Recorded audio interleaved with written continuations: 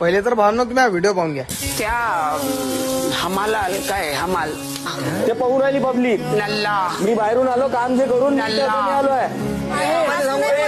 पाहिला व्हिडिओ. आता मला एक सांगा की हे कोण्या प्रकारचं एंटरटेनमेंट आहे?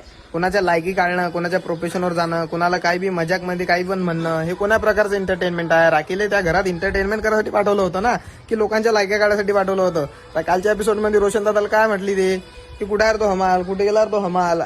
हे कोण्या प्रकारचं एंटरटेनमेंट आहे मला एक समजत नाही. राखीले रोशन दादाचं माहित होतं नाव, आणि हा रोशन दादाच नाही सचिन दादा सुद्धा राखीले नाव माहित असून बी ते त्याला काय म्हटलं, ए सिंगर इकडे.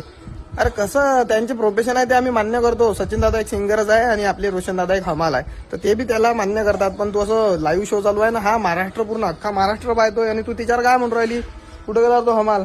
अरे त्यांच्या मनाला किती खराब वाटलं असेल. ते फुटून फुटून रडले, व्यक्त केलं की नाही मला घरी जायचं आहे. अरे ते साधारण माणसं आहेत, आमचे गरीब कुटुंबातले माणसं आहेत, साधारण आहे. त्यांना हे असल्या गोष्टी समजत नाहीत, त्यांच्याकडून अशा गोष्टी होत पण नाहीत. आणि तू काय म्हणते नल्ला नल्ला काम करत नाही असं नाही. तुला माहित आहे का, इथे येऊन पाय जरा पूर्ण अंगाचा घाम होईपर्यंत रोशनदादा काम करतात. त्यांनी कष्ट केले, एक खालच्या कुटुंबातले आहेत म्हणून ते आज तिथं टिकलेले पण आहेत आणि आमचा भरपूर सपोर्ट आहे. तुझ्यासारखे किती बी आले किती गेले तर आम्ही त्यांना बाहेर निघू देणार नाही आहे, ते तर आहे.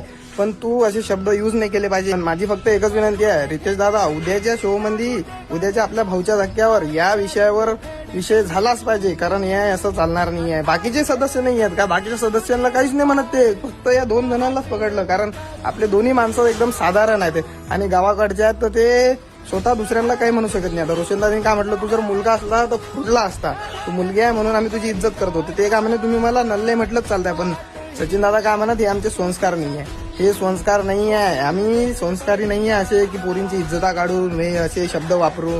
तर भावांनो, आपल्या रोशन दादाला, सचिन दादाला, रोशन दादाला भरपूर सपोर्ट आहे. सचिन दादाला सुद्धा आता सपोर्ट करा. सचिन दादा सुद्धा नॉमिनेट आहे, तर त्यांनाच भरभरून वोट करा.